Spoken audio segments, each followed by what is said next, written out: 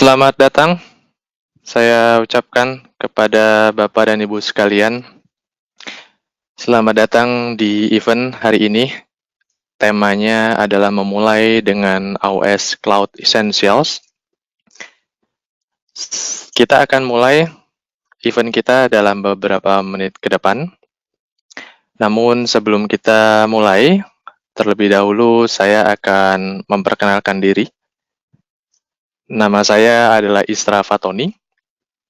Namun Bapak dan Ibu sekalian bisa memanggil saya Tony. Oke, saya adalah technical trainer di AWS Training and Certification Team. Saya based di Jakarta. Saya akan menemani Bapak dan Ibu sekalian selama 90 menit ke depan untuk membahas event kita hari ini yang berjudul memulai dengan AWS Cloud Essentials. Namun hari ini saya tidak sendirian. Hari ini saya ditemani oleh rekan saya, Mas Kiki. Hari ini Mas Kiki akan membantu saya untuk menjawab semua pertanyaan dari Bapak dan Ibu sekalian. Jadi selama event kita berlangsung nanti, selama saya deliver beberapa informasi, Bapak dan Ibu bisa bertanya melalui kolom questions di GoToWebinarnya, ada kolom questions di situ. Kemudian Bapak dan Ibu bisa bertanya, lalu nanti Mas Kiki yang akan merespon setiap pertanyaan dari Bapak dan Ibu sekalian. Baik, event kita hari ini berjudul memulai dengan AWS Cloud Essentials.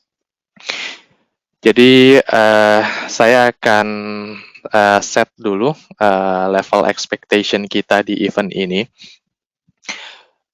Event ini ada di area foundation ya, ada di area yang istilahnya basic. Jadi ini adalah entry point atau mungkin bagi Bapak dan Ibu sekalian adalah training pertama atau event pertama berkaitan dengan AWS. Jadi di event kita hari ini kita akan ada di level yang basic, di level essentials. Kemudian ekspektasinya adalah kita akan lihat beberapa benefit yang bisa AWS tawarkan. Kemudian juga ada beberapa service yang bisa Bapak dan Ibu gunakan di AWS untuk menunjang aplikasinya jadi lebih baik lagi, lalu bisa memberikan impact ya, dampak ke bisnis Bapak dan Ibu sekalian. Oke. Baik, itu perkenalan dan juga ekspektasi kita untuk event hari ini. Jadi selama 90 menit ke depan, saya dan juga Mas Kiki akan membantu Bapak dan Ibu sekalian untuk berkenalan dengan AWS secara umum. Gitu. Jadi mungkin bisa jadi setelah 90 menit ini Bapak dan Ibu belum jadi expert ya. Jadi event ini tidak membuat Bapak dan Ibu menjadi expert.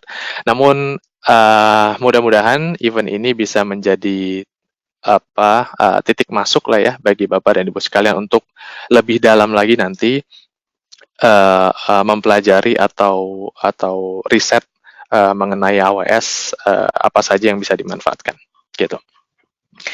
Baik, karena kita ada di level yang foundation, di yang essentials, nanti di awal-awal kita akan mereview sedikit ya mengenai konsep cloud computing secara umum, lalu pelan-pelan kita mulai masuk ke spesifik benefit yang bisa AWS tawarkan, lalu kita mulai masuk ke service yang AWS punya, yang Bapak dan Ibu bisa manfaatkan untuk menunjang aplikasinya jadi lebih baik lagi. Baik, cukup. introduction-nya, perkenalannya, dan juga expectation-nya. Kita akan mulai masuk ke inti materi kita hari ini. Seperti yang sudah saya tadi sempat singgung ya, Bapak dan Ibu bisa bertanya melalui kolom question. Di situ ada Mas Kiki yang nanti akan merespon pertanyaan dari Bapak dan Ibu sekalian. Mohon bersabar, Mas Kiki perlu waktu untuk merespon, perlu waktu untuk mengetiknya. Jadi pertanyaan Bapak dan Ibu sekalian akan diakomodir sebisa mungkin. Mohon bersabar. Baik. Kita akan mulai event kita hari ini. Sebelum kita masuk ke spesifik service atau benefit yang bisa kita dapat ketika kita gunakan AWS sebagai penyedia layanan cloud kita, kita lihat dulu pengertiannya. Apa sih yang dimaksud dengan cloud computing atau di sini komputasi cloud ya. Jadi kita konten kita ini ada di bahasa Indonesia, jadi teman-teman bisa lihat di sini, mungkin teman-teman bisa dapetin benefit yang lebih baik ketika kontennya berbahasa Indonesia. Baik, kalau kita lihat di sini, pengertiannya adalah sekarang kita mulai tidak lagi menganggap bahwa IT infrastruktur kita ini sebagai hardware atau sebagai perangkat keras. Namun kita sekarang lebih menganggap bahwa IT infrastruktur kita ini sebagai sebuah perangkat lunak atau sebuah services. Oke, kita lihat kalau Bapak dan Ibu sekalian mungkin sudah familiar ya di lingkungan organisasinya, di kantornya, di perusahaannya masing-masing, bahwa kita erat kaitannya di company kita itu menggunakan sistem lah gitu ya. Sistem ini terdiri dari beberapa aplikasi misalnya. Aplikasi ini perlu dijalankan di organisasi kita sehingga semua entity di dalam organisasi kita bisa mengakses sistem ini, bisa mengakses aplikasi ini. Kita ambil contoh simple, katakanlah sebuah web application. Kita biasanya umum lah ya, web application ini kalau di organisasi kita, misalnya kita mau submit cuti, mau cek misalnya slip gaji misalnya, kemudian mau juga misalnya katakanlah kita yang di area procurement misalnya, kita mau cek, kita mau mengakses aplikasi procurement kita gitu. Oke, ini biasanya kita akses dari sebuah browser gitu. Oke, ini adalah web application. Web application ini berarti perlu di-deploy, perlu kita bangun di sebuah web server gitu ya. Nah, web server ini berarti ya ada server. Server ini ditaruh di mana sih sama organisasi kita, sama perusahaan kita? Ya nggak mungkin dia taruh di atas di meja ya, nggak mungkin ditaruh di atas meja. Jadi server kita ini perlu diletakkan di ruangan khusus, biasanya disebut namanya data center. Jadi seperti yang Bapak dan Ibu lihat di gambar sebelah kiri ini data center di perusahaan kita. Jadi kalau Bapak dan Ibu sudah familiar ya, ada satu ruangan yang mungkin ruangannya kalau masuk butuh akses, kemudian kalau pas lagi dibuka dikit kerasa dingin gitu ya, berisik. Nah ini data center nih gitu. Nah, web application kita tadi diinstal di dalam sebuah web server. Web servernya itu ditaruh di ruangan khusus namanya data center. Di dalamnya ya isinya apa? Isinya ya kumpulan dari server-server kita tadi. Server-server perusahaan kita tadi. Nah, server ini diletakkan di sini dengan treatment khusus, misalnya ada rak-nya, kemudian dikasih pendingin ruangan, kemudian ada kabel-kabel yang membuat dia terkonek ke server-server yang lainnya misalnya. Ya. Nah, ini semua ada di organisasi kita. Lalu kalau ternyata ada kerusakan misalnya, web servernya rusak, atau web servernya perlu ditambah kapasitasnya. Artinya saya sebagai pemilik organisasi, saya punya IT team di sini. Ya, IT team inilah yang bertanggung jawab untuk maintain, manage, merawat physical server kita tadi, ya, termasuk juga data centernya ini. Ya.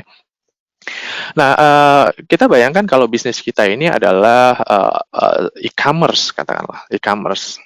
aplikasi e-commerce saya, website e-commerce saya ini saya install di sebuah server di sini misalnya, sebuah server, kemudian server saya diletakkan di rak tertentu, ada data centernya, kemudian saya juga maintain connectivity-nya, power, cooling, dan lain sebagainya. Bayangkan untuk jalankan e-commerce application aja saya harus maintain data center. Kayak ini dalam perspektif organisasi tentu kurang efektif gitu karena bisnis inti saya itu adalah e-commerce. Bagaimana caranya saya berinovasi supaya orang itu tertarik untuk beli di website saya ini gitu. Sedangkan di satu sisi IT team saya harus maintain data center. Kayak tentu ini bukanlah sesuatu yang baik untuk organisasi kita karena kita sekarang fokusnya itu lebih ke arah physical infrastrukturnya, bukan lagi hanya untuk inovasi ke aplikasi kita. Okay.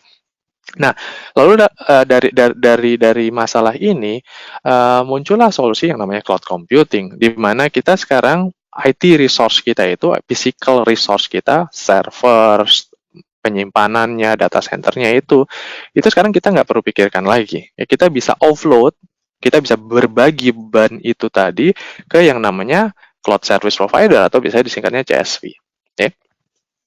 Nah, artinya yang menyediakan physical data center, physical servernya tadi, connectivity-nya tadi, kabel-kabelnya, cooling sistemnya, itu sekarang adalah si penyedia layanan cloud ini.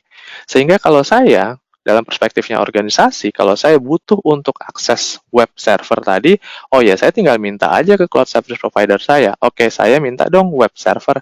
Nanti cloud service provider-nya akan menyediakan, tinggal dia kasih aja, oh, ini apa web server yang bisa Anda gunakan, kemudian Anda bisa deploy aplikasi, web application Anda di web server saya nih, dalam perspektifnya cloud service provider. Okay? Dengan demikian, kalaupun nanti web servernya tadi, physical servernya tadi butuh perawatan, itu ya urusannya cloud service provider. Oke, jadi saya sebagai pengguna, saya sebagai pemilik organisasi, saya bisa lebih fokus di inovasi aplikasi saya, dibanding saya harus ngurusin hal-hal fisik tadi. Oke, jadi kita offload bebannya untuk hal-hal fisik itu saya kasih kepercayaan ini ke cloud service provider. Nah, dalam hal ini, AWS adalah cloud service provider ini. AWS adalah penyedia layanan cloud-nya ini, gitu ya. Nah, oke. Cukup dengan overview mengenai apa itu cloud computing, lalu benefit-nya apa sih? Kalau kita tadi lihat bahwa oke, sekarang physical things-nya, hal-hal yang berbau-bau fisiknya itu sekarang sudah kita kasih ke AWS. Lalu, apa benefit-nya? Benefitnya tadi, yang pertama adalah kita menjadi fokus pada hal penting saja. Bisnis organisasi saya apa? Ya tadi misalnya e-commerce, ya saya tinggal fokus bagaimana web e-commerce saya ini terus berinovasi sehingga orang betah gitu ya belanja di website saya. Oke, fokus saya di situ sekarang. Sedangkan untuk urusan data center, hal-hal fisik itu sekarang sudah saya percayakan ke AWS. Okay. Nah, dengan saya percayakan hal-hal fisiknya tadi ke AWS, itu juga sekarang merubah model pembayarannya. Oke, kalau tadi misalnya kalau kita di on-premise, istilah on-premise inilah istilah yang tadi yang gambar sebelah kiri ya, yang kita manage sendiri data centernya. Oke, itu kita lebih ke arah keluarin modal dulu di depan. Ya, jadi kita perlu modal. Dalam arti kita perlu beli dulu physical servernya, lalu kita install di physical server itu, kemudian kita gunakan sebagaimana mestinya. Oke. Nah, ketika kita gunakan cloud, ini justru kita agak sedikit berubah model payment-nya atau model pengeluaran cost-nya. Ya, jadi sekarang kita lebih ke arah variabel. Artinya di cloud, di AWS itu nggak mewajibkan adanya modal dulu di depan. Ya, kalau kita di yang sebelah kiri tadi ya, sebelum adanya cloud computing, itu kita mesti bayar dulu nih, kita mesti beli dulu physical servernya. Nah di AWS ini nggak perlu kita nggak ada kewajiban untuk kita beli dulu layanannya. Terus gimana? Ya kita tinggal gunakan aja dulu Tadi saya butuh web server, oke, saya tinggal gunakan web servernya, kemudian saya install aplikasi-aplikasi saya di atasnya, lalu bayarnya gimana? Bayarnya nanti di akhir bulan, tergantung pemakaian saya. Saya lagi pakai banyak web servernya, ya saya bayar lebih banyak. Saya lagi sedikit pemakaian web servernya misalnya, ya bayarnya juga jadi lebih sedikit. Oke, jadi sekarang lebih ke arah sifatnya variabel, gitu. Oke, lalu yang paling istilahnya apa ya, game changer ya, yang paling dominannya dari keuntungan atau manfaat ketika kita gunakan cloud sebagai solusi IT resource kita, itu adalah fleksibilitas kapasitinya. Oke, kapasitas kita itu fleksibel banget. Oke, ini ditandai dengan di AWS khususnya, itu kita nggak perlu lagi menebak-nebak berapa kapasitas yang kita perlukan. Oke, jadi fleksibel sekali. Demand kita lagi tinggi, misalnya saya tadi e-commerce contohnya, saya lagi ada flash sale, butuh server yang banyak. Oh, nanti akan otomatis servernya itu nambah kapasitasnya ke sesuai dengan demand yang ada tadi. Lagi tinggi kan, kapasitasnya nambah. Kemudian setelah flash sale berakhir, demand mulai rendah, gitu ya, demand mulai turun, maka kapasitasnya juga diturunkan sesuai dengan demand yang ada. Oke, jadi ini membuat arsitektur IT resource kita ini fleksibel banget, menyesuaikan dengan demand yang ada. Oke, di satu sisi jadi lebih efisien, dan di satu sisi kita tetap bisa efektif melayani pelanggan kita dengan baik. Gitu. Di cloud juga, ketika kita mau provisioning resource, ketika kita mau menyalakan resource kita, katakanlah web server tadi, itu bisa dengan cepat. Ya, dalam hitungan menit itu tersedia. Kemudian kalau kita salah, misalnya, oh salah nih, resource-nya CPU-nya kurang misalnya, kita tinggal ganti ke kapasitas yang sesuai, atau kita tinggal tambahkan CPU-nya, lalu hitungan menit pun itu langsung tersedia lagi resource-nya. Oke, ini memudahkan kita untuk menyiapkan resource kita dengan lebih fleksibel lagi. Oke, jadi kalau di on-premise misalnya, kalau kita deploy sendiri IT resource-nya, ya itu bisa hitungan minggu bahkan bulanan. Ya, tapi kalau di AWS, ini hitungan menit, resource kita udah langsung tersedia. Oke, lalu AWS ini data centernya tersebar di beberapa lokasi di penjuru dunia atau sifatnya global. Ya, jadi kalau kita mau deploy resource kita untuk target market di Eropa misalnya, kita tinggal pilih aja data centernya AWS yang ada di Eropa, kemudian kita bisa launch web server kita, kemudian kita bisa manfaatkan lokasi data center AWS yang ada di Eropa tadi untuk melayani user-user kita yang ada di Eropa. Jadi ini lebih sifatnya mencakup user yang lebih luas. Dan menariknya juga di AWS khususnya, semakin banyak pengguna di AWS, AWS justru bisa tawarkan harga yang lebih ekonomis. Jadi kalau Bapak dan Ibu misalnya akrab dengan belanja grosiran ya, ini relate nih sama informasi ini. Jadi kalau Bapak dan Ibu biasa belanja grosiran, misalnya Bapak dan Ibu beli satu barang misalnya ya, harganya katakanlah 10.000 misalnya. Oke, tapi kalau Bapak dan Ibu beli barang 10, harga satuannya mungkin 8.000 ya. Biasanya kan gitu grosiran ya, makin beli banyak, harga satuannya makin murah. Nah, sama nih di AWS juga gitu. Justru kalau semakin banyak pengguna atau semakin banyak kita menggunakan resource kita di AWS, pada satu kondisi tertentu justru kita bisa dapatkan harga satuan yang lebih murah. Oke, dan ini membuat kita jadi makin dapatkan keuntungan ya ketika pengguna di AWS itu semakin banyak gitu. Baik, itu beberapa keuntungan yang bisa kita dapatkan ketika kita gunakan AWS sebagai penyedia layanan cloud kita. Okay. Nah, ada beberapa model deployment terkait dengan cloud computing ini. Okay. Jadi kalau tadi kita bahas sebelum adanya cloud computing, itu dikenal dengan istilah yang namanya on-premise deployment. On-premise deployment ini adalah di mana kita membangun IT resource kita itu di premise kita, di lingkungan organisasi kita, dan kita yang bertanggung jawab penuh atas physical infrastruktur kita tadi. Oke, ini juga biasa disebut namanya private cloud atau cloud private. Lalu ada juga yang model deployment-nya fully cloud.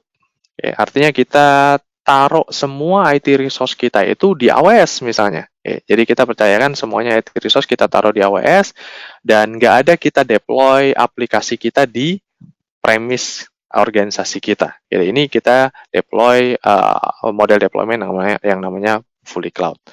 Atau biasanya disebut juga di sini dengan istilah cloud public karena kita bisa akses IT resource kita ini dari manapun selama kita terkoneksi atau terhubung dengan internet misalnya. Ya. Nah, pada kenyataannya ini bukanlah sebuah pilihan ya. Maksudnya bukan oke, kalau saya udah deploy di cloud ya udah saya nggak bisa deploy di on-premise. Kalau saya deploy di on-premise saya nggak bisa deploy di cloud juga, nggak juga gitu. Malah hal umum yang terjadi adalah mode deployment yang ketiga nih. Ini disebut namanya hybrid deployment.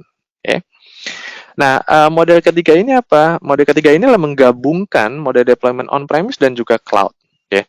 Jadi kalau kita sebuah organisasi, katakanlah enterprise company, yang tadinya sudah kadung bikin data center sendiri, lalu sudah deploy aplikasi kita di sini, kemudian kita lihat, wah, AWS bagus nih kayaknya nih, menawarkan beberapa service yang cocok untuk kita. Oke deh, saya gunakan AWS deh. Saya gunakan AWS. Apakah serta-merta data center kita tadi langsung kita rubuhin gitu bangunannya? Enggak ya. Jadi data center kita masih tetap bisa beroperasi dan aplikasi-aplikasi kita masih bisa kita deploy di dalamnya. Namun ada beberapa aplikasi memang yang mungkin lebih cocok kita deploy di AWS. Oke, kita deploy lah dia di AWS. Nah, ada kondisi di mana aplikasi yang kita deploy di AWS ini perlu berkomunikasi dengan aplikasi yang ada di data center kita yang ada di on-premise. Oke. Nah, kondisi ketika ada connectivity antara aplikasi kita di AWS dan juga aplikasi kita yang ada di data center, inilah yang disebut namanya hybrid deployment. Oke, dan ini justru paling umum yang kita temui di enterprise company. Karena enterprise company ini mereka berawal dari premise data center sendiri dan dia mau pelan-pelan masuk ke cloud misalnya, maka dia deploy lah beberapa aplikasi yang baru di cloud. Kemudian mereka tetap bisa saling berkomunikasi dengan cara kita bikin interconnect misalnya. Jadilah hybrid deployment. Gitu. Baik, dengan beberapa penjelasan tadi, mudah-mudahan sudah ada bayangan. Oke, apa sih ini AWS ini? Gitu ya. Jadi AWS ini ya sebagai penyedia layanan cloud-nya tadi. Dia sebagai penyedia layanan public cloud. Public cloud artinya selama Bapak dan Ibu sekalian terkoneksi dengan internet misalnya, Bapak dan Ibu sekalian bisa request atau bisa akses ke IT resource yang ada di AWS. Oke, baik itu misalnya komputasi, storage, network, basis data ataupun sumber daya IT service yang lain. Oke. Jadi selama Bapak dan Ibu misalnya terkoneksi dengan internet, kemudian mau mengakses atau mau provisioning, mau menyalakan web server tertentu, Bapak dan Ibu bisa lakukan itu. Oke, dan ini on demand ya, sesuai dengan request dari Bapak dan Ibu sekalian. Oke, kemudian juga yang menjadi poin penting di sini adalah AWS juga menjaga kepercayaan dari customer-nya. Okay. AWS menyediakan platform cloud yang aman yang sudah sesuai dengan standar internasional yang berlaku. Okay. Karena sekarang IT resource kita ini adanya di AWS, secara fisik kita nggak bisa touch, tapi AWS provide kita dengan secure environment dengan cara AWS memenuhi data centernya sesuai dengan standar yang berlaku di baik global maupun di regionalnya, gitu. Oke, ini tadi sudah ya bahwa kita bisa juga memungkinkan kita pricing-nya sekarang agak sedikit bergeser, oke? pembayarannya agak sedikit bergeser. Bukan lagi kita ada kebutuhan bayar di depan, tapi kita bisa memanfaatkan fleksibilitas dengan nanti bayarnya belakangan di akhir bulan misalnya sesuai dengan yang saya mintanya aja. Ya kalau nggak saya minta ya saya nggak usah bayar gitu. Oke. Dan ini tadi ya, ini yang menjadi game changer-nya tadi bahwa kita bisa fleksibel banget nih untuk dapetin apa IT resource kapasitasnya di AWS dengan lebih mudah gitu. Fleksibilitas capacity.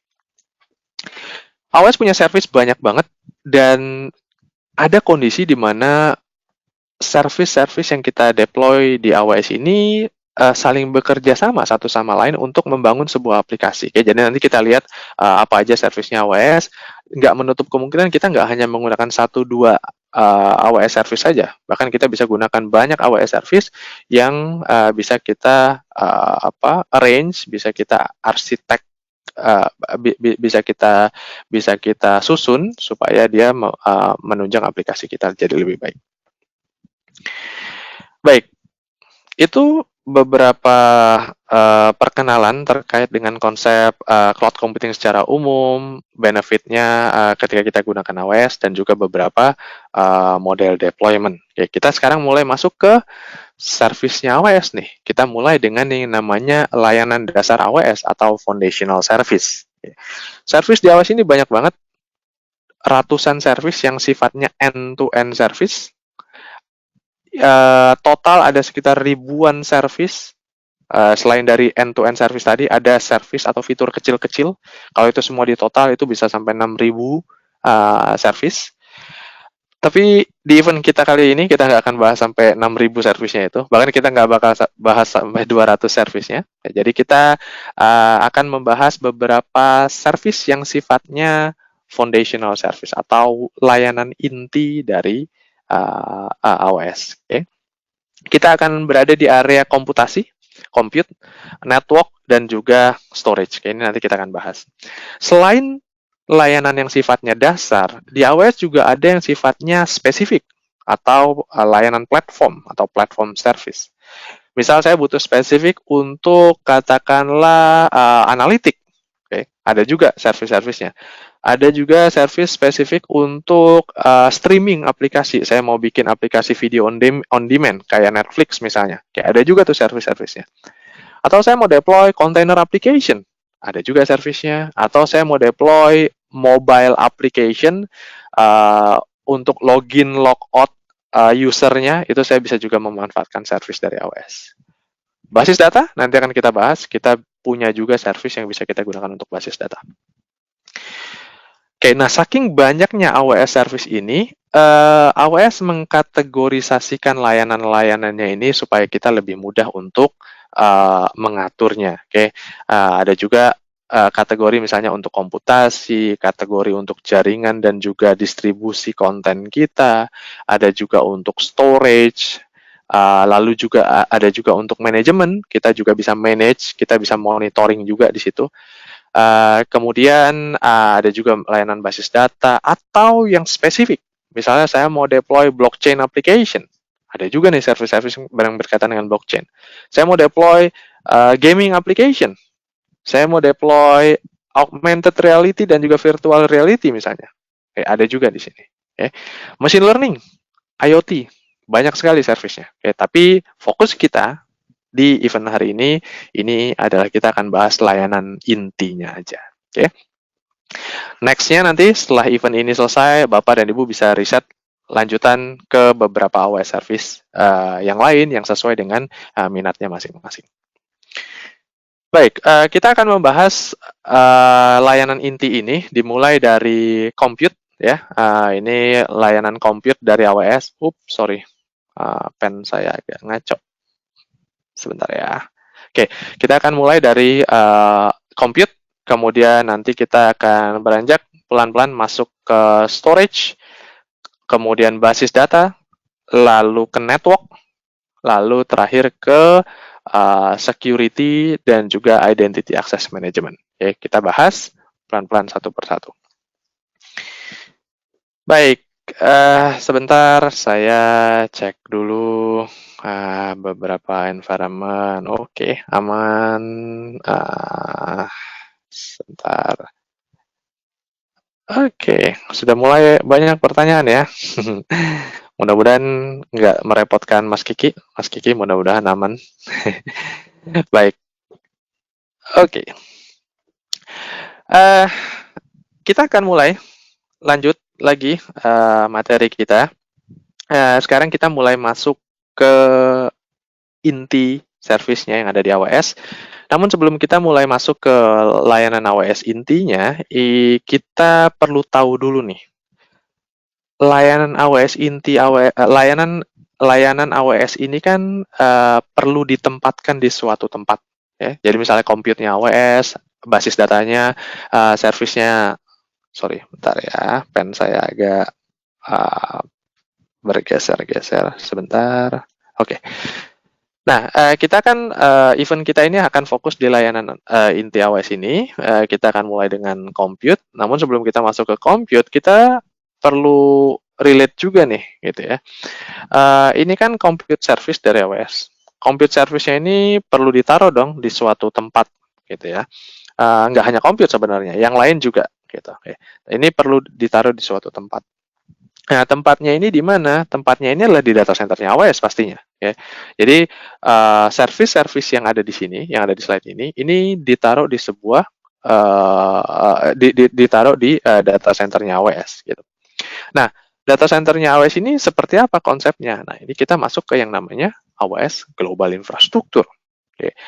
Apa itu AWS Global Infrastructure? AWS Global Infrastructure ini adalah bagaimana konsep di mana bagaimana AWS merancang, kemudian membangun dan juga memaintain ya, mengelola jaringan global data centernya dia. Okay. Jadi ini konsep di mana AWS merancang, membangun jaringan global data centernya AWS. Okay. Data center AWS nggak cuma ada di satu lokasi saja, ada di banyak lokasi. Kita bisa lihat di sini petanya. Ya. Ada juga di Indonesia, ada di Singapura, bahkan ada di Oregon, ada di Sao Paulo, Brazil, dan juga Cape Town dan tempat-tempat yang lain. Ya. Intinya AWS punya global data center yang bisa kita manfaatkan untuk deploy aplikasi kita. Ya. Saya akan ajak Bapak dan Ibu sekalian untuk ke sebuah halaman. Halaman ini adalah Bapak dan Ibu bisa akses di situsnya AWS ya. Ini mungkin Mas Kiki nanti bisa copy linknya supaya Bapak dan Ibu bisa akses lebih lanjut nantinya. Tapi intinya adalah halaman Global Infrastructure ini kita bisa lihat data-data mengenai di mana lokasi data centernya AWS berada. Okay. Kita bisa lihat di sini ada 26 launch region dan ada 84 availability zone. Oke, apa itu region dan juga availability zone nanti kita bahas, tapi intinya kita mau lihat datanya dulu nih, gitu ya. Kita mau lihat statistiknya dulu. Kita bisa lihat ada 26 launch region. Region ini apa sih? Secara singkat, region ini adalah di mana lokasi data centernya AWS berada atau geographic location data centernya AWS berada. Kita bisa lihat dari 26 region ini di mana aja, kita bisa lihat di tab region dan juga ASIS. Kita klik, kemudian nanti akan diarahkan ke satu halaman tertentu. Lalu kita bisa lihat di sini ada North Amerika. Ini kita bisa lihat di satu daerah, misalnya di North Amerika, itu AWS punya beberapa lokasi geographic location data center. Okay. Ada di Northern Virginia, ada di Northern California, ada di Oregon, ada di Kanada, ada di Ohio, dan juga ada 2 lokasi khusus untuk government cloud atau government body, instansi pemerintahan yang ada di US. Okay. Kita bisa lihat di sini. Ini adalah region, geographic location di mana lokasi data center AWS berada. Oke, ada di South America dan juga ada EMEA, itu bisa teman-teman, Bapak dan Ibu bisa lihat sendiri nanti di halamannya langsung. Saya mau lihat di sini, saya mau kasih lihat yang di sini di Asia Pasifik. Di sini ada Indonesia nih. Indonesia sebagai region baru yang baru saja di launch di bulan Desember 2021 kemarin, dan dia punya 3 AZ. Atau 3 availability zone. Apa itu availability zone nanti kita bahas. Ya, tapi intinya kita bisa lihat di sini region, statistik atau data mengenai region yang AWS punya sekarang, total ada 26 lokasi data center, dan ini tersebar di beberapa lokasi, salah satunya adalah Jakarta. Oke. Nah, konsep mengenai AZ, konsep mengenai region dan AZ itu sendiri, saya akan jelaskan dalam gambar. Jadi kalau kita ambil contoh tadi ya, region misalnya region Jakarta, gitu ya. Saya singkat region JKT misalnya. Atau kalau di AWS itu kodenya itu adalah region CGK ya. Ini dari kode airport di Jakarta, Cengkareng ya. Nah, ini kodenya dari AWS, ini adalah CGK region. Oke, anggaplah ini ya petanya Jakarta lah gitu ya. Ini anggap aja peta Jakarta gitu. Oke, jadi secara definisi region ini tadi apa? Ini adalah geographic location di mana lokasi data center AWS berada. Oke, geographic location di mana lokasi AWS data center berada. Oke, lokasi data center AWS berada ada di Jakarta. Oke. Berarti saya bisa gambar misalnya, oke ini data centernya AWS. Oke. Cuman satu kah? Selesai? Enggak ya, data center AWS itu nggak cuma satu. Karena bahaya kalau satu ada terjadi sesuatu, maka ya udah hilang, lenyap semua apa yang kita taruh di AWS. Ya. Jadi data centernya nggak cuma satu, data center itu banyak. Banyaknya ini juga tersebar di beberapa lokasi yang berbeda. Jadi misalnya ada di area area barat ya, di area baratnya Jakarta, ada di area timurnya Jakarta, dan juga ada di area selatannya Jakarta. Jadi banyak building data center AWS. Nah, building data center AWS yang berada pada lokasi yang berdekatan satu sama lain, ini disebutnya adalah AZ tadi. Jadi AWS punya 3 AZ di region Jakarta kan tadi ya. Ini katakanlah AZ A. Kemudian ini ada AZ B. Dan juga ini ada AZ C. Ada 3 AZ yang AWS punya di Jakarta.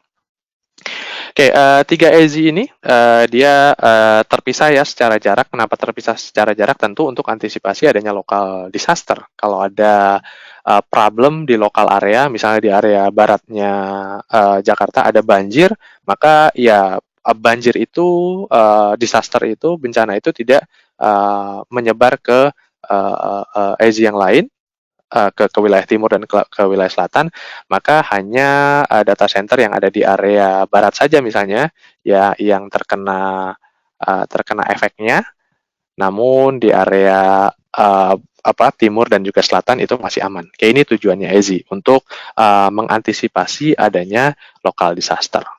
Dan masing-masing AZ ini terkoneksi satu sama lain dengan private link-nya AWS. Jadi walaupun dia terpisah secara jarak untuk antisipasi adanya local disaster, tapi antar AZ, antar availability zone itu terkoneksi satu sama lain dengan backbone link-nya AWS.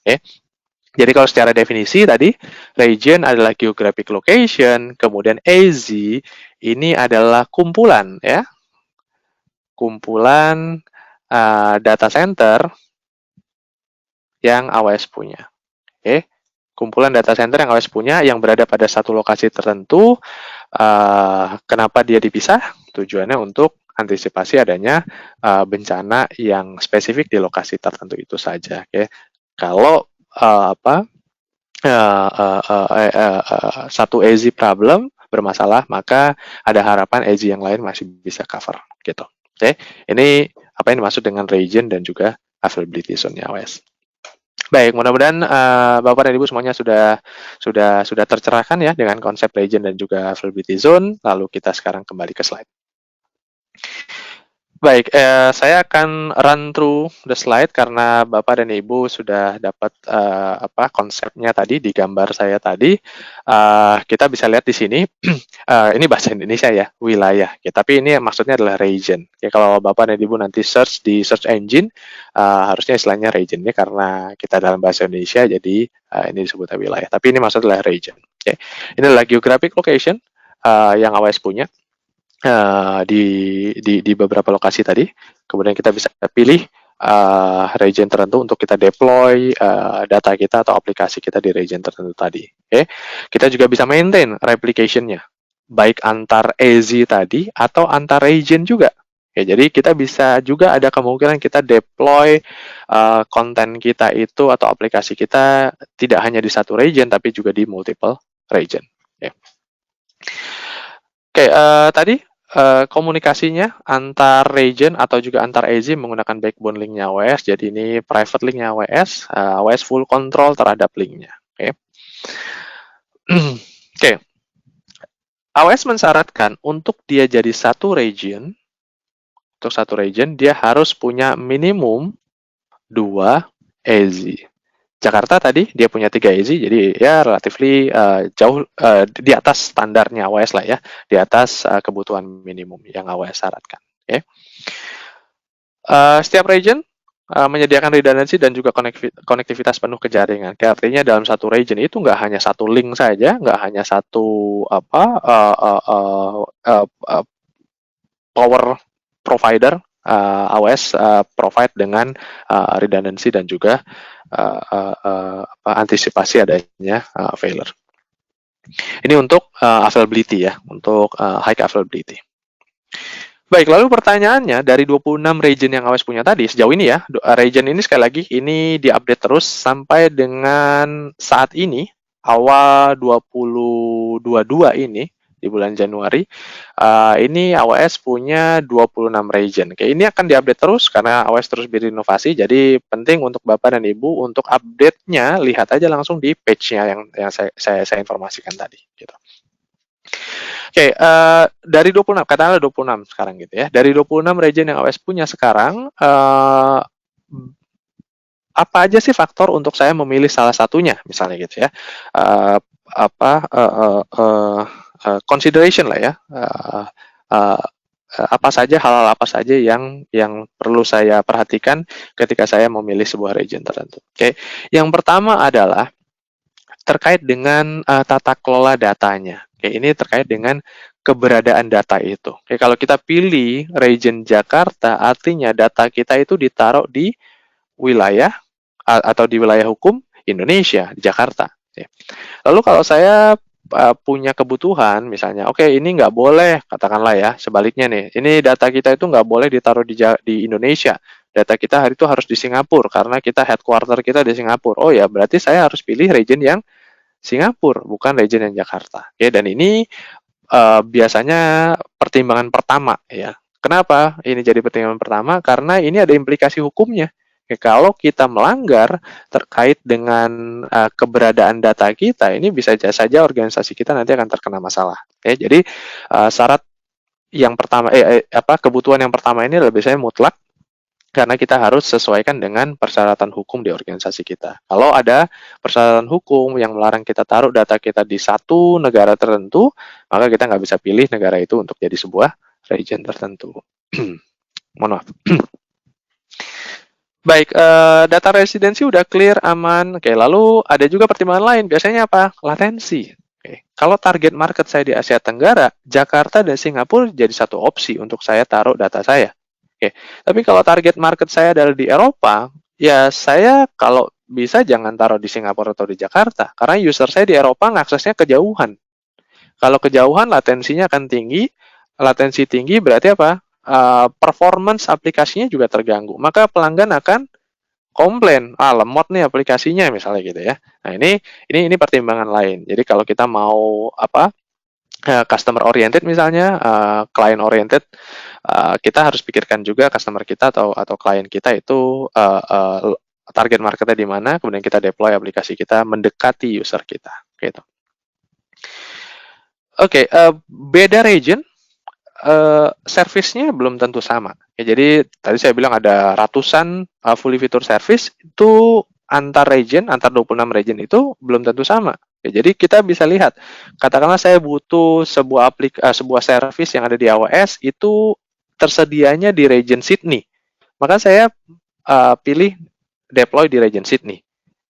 Kalau saya mau deploy service itu, lalu saya taruh di Singapura sebenarnya nggak ada service itu. Ya saya nggak bisa pilih Singapura sebagai region saya, karena service yang saya cari itu nggak tersedia di Singapura, gitu. Oke, jadi saya tentukan service apa yang saya mau, kemudian saya lihat service itu tersedia di region yang mana, gitu.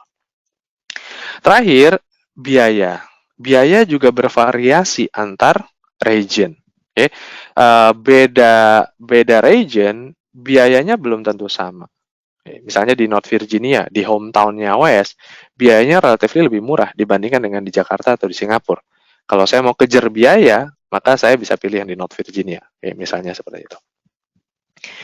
Baik ya, Bapak dan Ibu sekalian, ini beberapa pertimbangan ketika kita memilih region tertentu, kita tinggal sesuaikan dengan kebutuhan organisasi kita.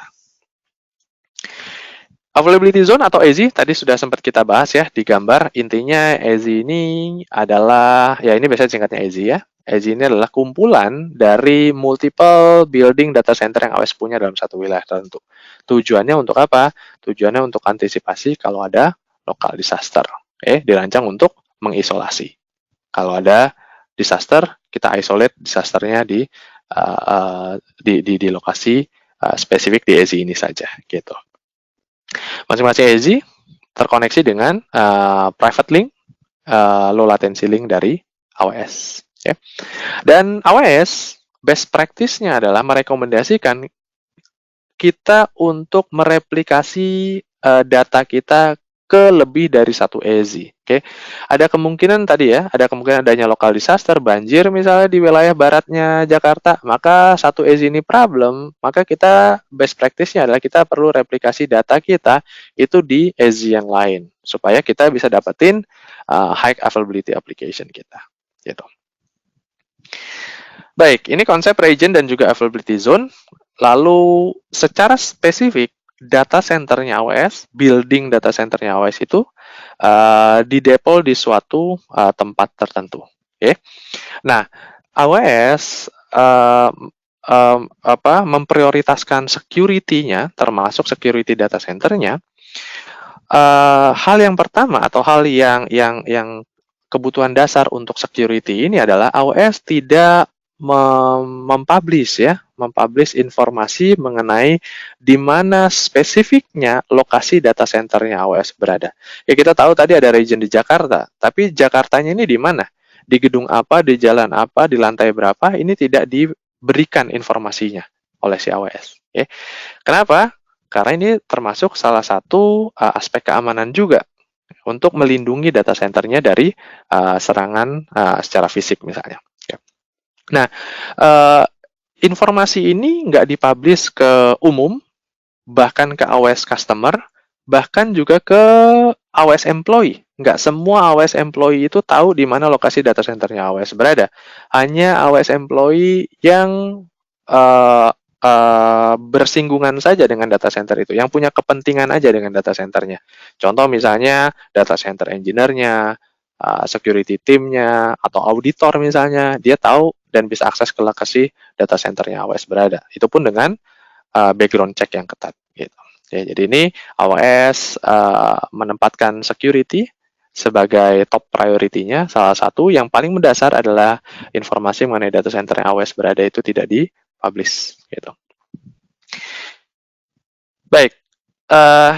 Kemudian di dalam data center AWS sendiri, ini terdiri dari puluhan ribu server fisik yang semuanya online, siap melayani customer-nya AWS supaya bisa memanfaatkan service-service yang ada. Oke, ini data center-nya AWS, semuanya online, nggak ada yang idle. Baik, selesai dengan infrastruktur data center-nya. Sekarang kita udah ada bayangan mengenai data center-nya AWS. Lalu kita mulai masuk ke service yang pertama, yaitu adalah compute service atau komputasi.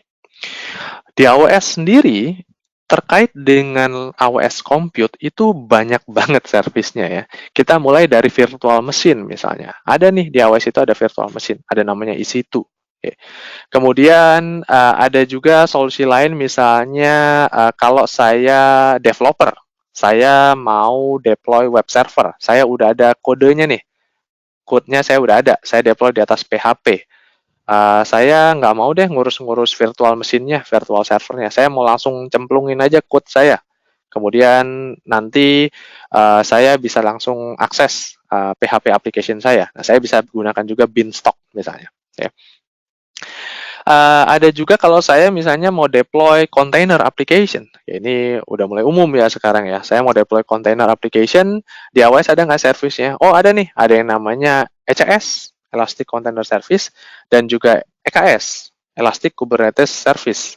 Kalau saya mau maintain atau manage multiple container saya dengan Kubernetes misalnya. Oke. Jadi ada juga solusi untuk container. Atau solusi untuk serverless. Kalau tadi saya ya dengan EC2 misalnya saya masih manage servernya, oke. Tapi sekarang saya nggak mau manage servernya, bisa nggak serverless? Bisa nih, ada namanya AWS Lambda dan juga AWS Fargate. Oke. Nanti akan kita lihat di belakang ada perbandingannya masing-masing dari kategori layanan komputasi yang ada di AWS. Tapi intinya solusi dari yang sifatnya server base, oke, yang sifatnya server base, kemudian container based application, lalu ke serverless based application, itu ada semua di AWS. Okay? Jadi lebih beragam ya, mengakomodir kebutuhan customer. Baik, tapi di course di event kita hari ini kita akan lebih banyak fokus di area EC2, kemudian juga nanti akan disinggung sedikit mengenai Amazon EC2 Auto Scaling. Oke, jadi kita lebih ke arah VM dulu nih, karena kita lagi essential sekarang, lagi ada di level yang essentials, yang kebutuhan mendasarnya adalah VM. Oke, jadi kita bahas dulu VM. Baik, kita bahas solusi VM, solusi virtual mesin di AWS namanya adalah Amazon EC2, Elastic Compute Cloud. Oke, apa sih Amazon EC2 ini? Ya gampangnya tadi ya, dia ini adalah virtual server di AWS. Virtual server atau virtual mesin yang ada di AWS. Namanya virtual server, virtual mesin, kita bisa gunakan untuk application server, web server, database server, gaming server, dan server-server yang lain, proxy server misalnya. Ya. Jadi intinya adalah EC2 ini ya layaknya virtual server pada umumnya kita bisa gunakan untuk segala macam jenis server yang bisa biasanya kita gunakan. Oke. Nah, ya bentuknya virtual. Kita provisioning di AWS, kemudian nanti kita dalam hitungan menit misalnya kita akan tersedia resource-nya dan kita bisa gunakan. Oke. Saya akan bawa Bapak dan Ibu sekalian ke halaman manajemen konsolnya AWS untuk kita coba lihat bagaimana saya memprovisioning Amazon EC2 instance kita. Oke. Ini adalah halaman konsolnya AWS. Halaman konsolnya AWS ini adalah satu halaman di mana kita bisa manage AWS service kita. Okay. Perlu login dulu. Jadi Bapak dan Ibu perlu bikin akun dulu, nanti dapat kredensialnya, kemudian nanti masuk ke konsolnya. Okay. Baik, di sini banyak banget service yang bisa kita lihat. Namun saya akan fokus langsung ke EC2. Jadi saya akan search langsung EC2. Lalu akan ditampilkan EC2 Virtual Server in the Cloud. Jadi ini solusi virtual server tadi. Oke. Nah, di sini kita bisa lihat, ini adalah dashboard EC2. Kita bisa lihat di sini berapa instance yang lagi running, berapa virtual server EC2 instance kita yang lagi running, kemudian berapa total EC2 instance kita. Disebut instance karena bentuknya virtual ya, bentuknya virtual. Kemudian berapa volume yang saya punya, kemudian ada load balancer atau enggak. Ya, nanti kita bahas apa itu load balancer. Tapi saya mau kasih lihat dulu Bapak dan Ibu sekalian kalau saya mau nyalakan EC2 instance yang baru. Saya klik launch instance, kemudian saya akan ditanya mau pakai image yang mana. Okay. AWS sudah menyediakan beberapa image bawaan. Bapak dan Ibu juga bisa custom, juga bisa gunakan image yang lain. Ya, tapi intinya di sini kita bisa pilih dari yang sudah disediakan oleh AWS. Okay. Kita pilih katakanlah saya mau coba yang Windows server base. Okay. Lalu nanti saya ditanya tipe instance-nya yang mana. Okay. Tipenya yang mana. Tipe ini berkaitan dengan apa?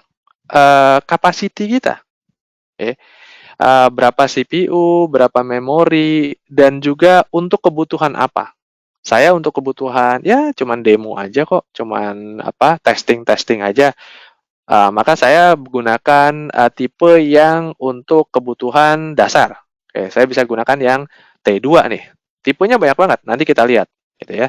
Tapi intinya tipenya banyak banget, kita sesuaikan dengan kebutuhan kita, capacity kita sesuaikan, berapa CPU dan berapa memori yang kita perlukan. Untuk kebutuhan demo, 1 vCPU dan 1 GB memori, bagi saya cukup, saya next. Kemudian saya bisa pilih saya mau deploy di network yang mana. Ya nanti kita bahas area networknya, tapi ini saya akan skip dulu. Saya akan leave default dulu. Di sini saya bisa masukkan user data. Oke, user data ini apa? User data ini adalah perintah yang saya mau jalankan ketika EC2 instance saya ini dijalankan. Oke, saya bisa masukkan perintahnya. Kemudian saya pilih storage-nya, media penyimpanannya karena dia butuh storage kan, virtual server kita. Lalu saya kasih nama misalnya, saya kasih tag. Misalnya ini demo Cloud Essential. Oke. Lalu saya next. Saya konfigurasi misalnya firewall-nya. Oke, saya konfigurasi firewall-nya. Namanya adalah security group. Saya mau bukakan akses untuk HTTP. Karena saya mau fungsikan Windows Server Base ini sebagai web server. Okay. Saya review and launch. Oke, next. Kemudian saya launch. Okay. Saya ditanya key pair ini untuk autentikasi ketika saya mau manage EC2 instance kita. Okay, saya launch dulu.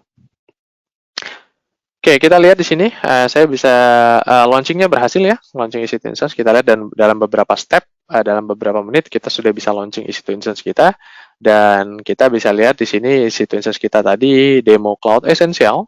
Oke, ini sedang pending, sedang di provisioning, sedang disiapkan. Oke, butuh beberapa menit tergantung dari aplikasi yang kita install di user data kita tadi.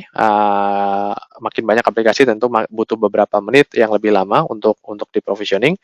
Tapi saya ada beberapa server yang sudah siap, sudah running. Kita bisa lihat di sini kita sudah dapat public IP address dan juga public DNS name. Oke, saya bisa copy di sini public DNS name-nya, kemudian saya paste, kemudian saya akses melalui internet.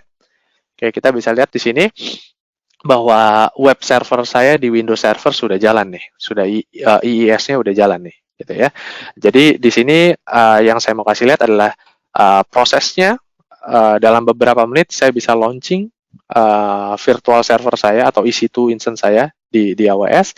Kemudian saya sudah bisa mulai menjalankan aplikasi saya di EC2 instance saya ini, ditandai dengan halaman IIS ini, Internet Information Service ini sudah bisa muncul. Berarti saya bisa mengakses EC2 instance saya ini melalui browser atau melalui sebuah atau melalui internet, gitu ya. Oke, ini contoh EC2. Hitungan beberapa menit, saya udah punya web server di AWS. Gitu. Baik, itu EC2. Lalu kita tadi sempat singgung sedikit mengenai tipe instance. Tipe instance ini banyak banget tipe-tipenya ya. Ada yang T tadi, tipenya. Di luar dari itu banyak banget. Ada M, ada C4, C5, dan seterusnya. Oke. Mungkin Mas Kiki nanti juga bisa share halaman yang menunjukkan tipe instance halaman dari AWS yang menunjukkan tipe-tipe instance ini apa aja. Ya, di situ ada list-listnya. Okay. Atau Bapak dan Ibu juga bisa browse di search engine, browse aja EC2 instance type, nanti akan diarahkan ke satu halaman. Di situ details mengenai penjelasan masing-masing tipe instance ya. Oke. Tapi intinya adalah kenapa ada perbedaan tipe instance? AWS mau mengakomodir kebutuhan yang berbeda-beda. Oke, ada customer yang butuh EC2 instance untuk hal-hal umum. Contohnya misalnya untuk testing, demo, ya yang kebutuhan yang nggak terlalu dominan lah gitu ya. Ini secara umum ini ada nih solusinya gitu, tipe-tipe instance ya. Atau kalau Bapak dan Ibu punya tujuan spesifik untuk optimalisasi di sisi CPU-nya, mengandalkan CPU yang tinggi, kinerja prosesor yang tinggi, itu ada juga tipe-tipe instance yang berbeda. Okay. Atau justru kebutuhannya untuk memori yang dominan, basis data misalnya, untuk kebutuhan database itu ada juga tipenya. Okay. Ini untuk compute optimasi ini misalnya data analitik, atau high performance computing, itu juga bisa menggunakan yang compute optimized. Atau ada juga tipe yang kebutuhan mengandalkan GPU, Graphical Processing Unit, untuk machine learning misalnya, untuk 3D rendering. Nah, ini Bapak dan Ibu bisa pilih yang accelerated computing. Atau butuh untuk optimalisasi di sisi storage-nya. Contoh misalnya untuk data warehousing. Kayak ada juga nih tipe-tipe instance-nya. Jadi disesuaikan dengan kebutuhan kita. Baik, itu EC2 dan juga beberapa sepintas Bapak dan Ibu bisa lihat cara kita provisioning EC2 instance di AWS dan juga terkait dengan tipe-tipe instance-nya, disesuaikan dengan kebutuhan masing-masing. Tapi secara umum, solusi compute di AWS nggak hanya EC2. Kayak EC2 ini kita masih maintain instance-nya. Kalau operating system-nya perlu diupdate, kita perlu update, dan lain sebagainya. Selain EC2, solusi yang lain itu ada juga Elastic Beanstalk. Ini tadi sempat disinggung, ini bagaimana caranya saya mau deploy aplikasi web tanpa perlu provisioning EC2 instance-nya misalnya. Jadi saya developer, saya bisanya code, saya ada code misalnya saya bangun di PHP, di runtime PHP. Nanti kalau saya menggunakan Beanstalk, AWS selain menyediakan EC2-nya, AWS juga akan installin PHP-nya. Jadi developer nanti tinggal upload aja code-nya, lalu karena runtime-nya udah di-installin sama AWS, karena PHP-nya udah di-installin AWS, jadi kita bisa langsung akses aplikasi developernya ini. Ini memudahkan si developer ya untuk cepat dan mudah untuk deploy aplikasinya di AWS. Solusi lain tadi ada untuk misalnya kontainer, ECS, EKS, Fargate, dan juga ECR. Ini kalau yang tertarik lebih lanjut, teman-teman nanti mungkin ada course lanjutan yang teman-teman bisa ikutin untuk fokus di container application. Serverless ini Lambda, berbeda dengan EC2. Lambda ini nggak ada basis instance-nya. Artinya kita nggak perlu lagi ngurusin instance-nya. Nggak perlu lagi urusin update OS, nggak perlu lagi urusin CPU-nya misalnya, itu semua sudah disediakan oleh AWS. Kita tinggal fokus di kode kita atau di fungsi kita aja, di function kita. Baik, ini beberapa tipe atau beberapa solusi service dari AWS terkait dengan compute atau komputasi. Kita bisa lihat tadi saya sudah provisioning satu EC2 instance, kemudian saya tadi dapat DNS name-nya ya, yang bisa diakses secara public. Lalu ada user, tinggal akses ke DNS name-nya ini. Lalu dia bisa mengakses web server saya tadi, IS web server saya tadi. Ya, selesai masalah. Tapi di kenyataan kita nggak cuma punya satu web server ya, kita bisa punya multiple web server.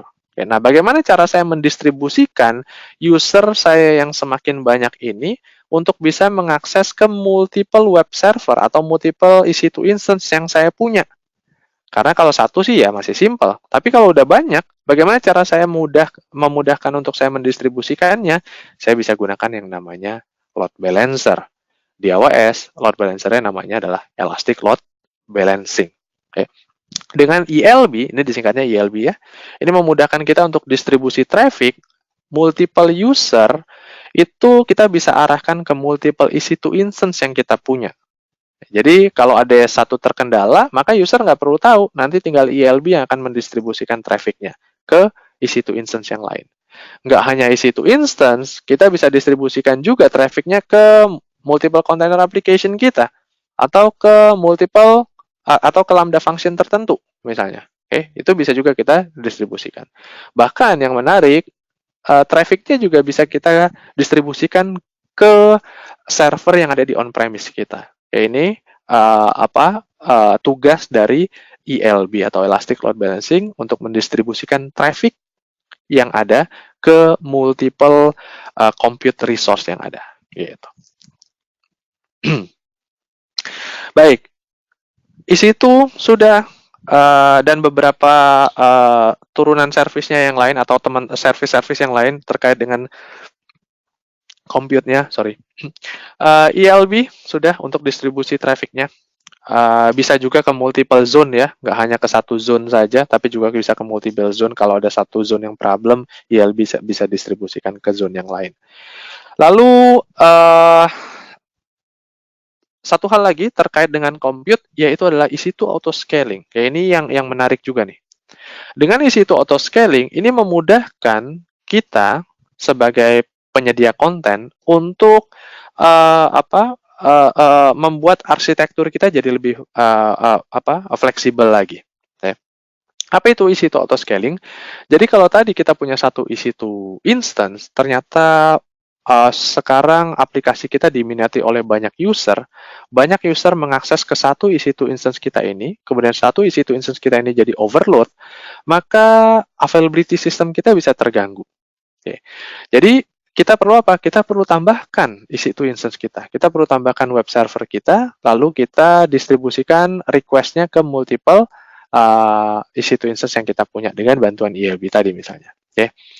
Nah, nambahinnya ini gimana? Manual kah prosesnya? Kalau manual ya repot juga ya, kita harus monitoring gitu. Kemudian juga telat. Kalau kita manual proses ya bisa jadi aplikasi kita udah down duluan nih, udah nggak bisa diakses dulu gitu.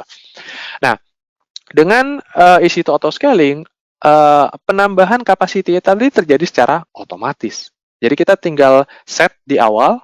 Oke, kita bisa set di awal berapa yang kita mau tambah, berapa yang kita mau kurangin dengan kondisi tertentu. Misalnya kalau CPU utilization di atas 70%, saya mau ditambahkan satu instance misalnya, atau saya mau jaga supaya application saya ini nggak lebih dari 70% CPU utilization. Ya, saya bikin policy-nya seperti itu, lalu nanti auto scaling atau Amazon EC2 auto scaling akan menambah atau mengurangi jumlah EC2 instance-nya sesuai dengan policy yang saya bikin tadi. Oke, dengan demikian kita mengantisipasi adanya dua hal, adanya katakanlah overutilize atau underutilize. Oke, kita mau antisipasi dua hal ini. Kalau overutilize berarti availability system saya terganggu. Kalau underutilize berarti cost saya terbuang percuma. Oke. Nah, dengan EC2 auto scaling saya match utilize. Artinya sekarang capacity yang saya punya menyesuaikan dengan demand yang ada. Demand lagi rendah, capacity rendah. Demand mulai berangsur tinggi, capacity bertambah. Demand sudah mulai rendah, capacity juga berkurang. Oke, ini yang saya bilang tadi game changer. Inilah yang sangat sulit kita raih ketika kita deploy IT resource di on-premise. Karena ini terjadi secara otomatis. Baik, selesai dengan compute, sekarang kita masuk ke storage atau penyimpanan. Storage, ada beberapa solusi dari AWS. Kita mulai dengan yang namanya object storage. Oke, kalau kita di industri ya, ada beberapa tipe storage, ada yang namanya object storage, ada juga yang namanya block storage, lalu ada juga yang namanya file storage. Di AWS punya solusi untuk ketiga hal ini. Object storage itu solusinya adalah S3, block storage itu solusinya adalah EBS, file storage itu solusinya adalah EFS. Oke, nanti kita bahas satu-satu. Kemudian untuk Glacier ini sama sebenarnya di object storage, cuman dia turunan dari S3. Oke. Kita mulai dengan S3 sebagai object storage solution dari AWS. S3 Simple Storage Service. S3 ini digunakan untuk apa? Untuk menyimpan static data. Static data, audio, image, video, atau static dokumen, itu kita bisa simpan dia di S3. Oke. Nah, kenapa kita bisa simpan di S3? Karena dengan S3 juga kita bisa mudah untuk share static data kita ini. Kita mau share video kita bisa nggak? Bisa. Kita mau share audio kita bisa. Dokumen kita mau share bisa. Oke. Kalau teman-teman familiar dengan misalnya Dropbox, nah S3 itu ya mirip-mirip lah seperti Dropbox. Oke. Jadi kita bisa simpan static data kita uploadnya ke S3, nanti kita dapat URL, dapat link ini kita bisa share ke aplikasi atau ke user yang lain untuk kita berbagi file misalnya. Baik, ini S3 untuk static data, kita bisa share ke user dan juga aplikasi yang lain melalui sebuah URL. Okay. Nah, konsepnya S3 itu ada yang namanya object, Objek itu data itu sendiri, dan juga bucket. Bucket inilah tempat penyimpanan objek-objeknya tadi. Oke. Yang menarik dari S3 adalah dia punya penyimpanan yang tidak terbatas, unlimited. Berapapun yang Bapak dan Ibu mau simpan di S3, S3 bisa nampung.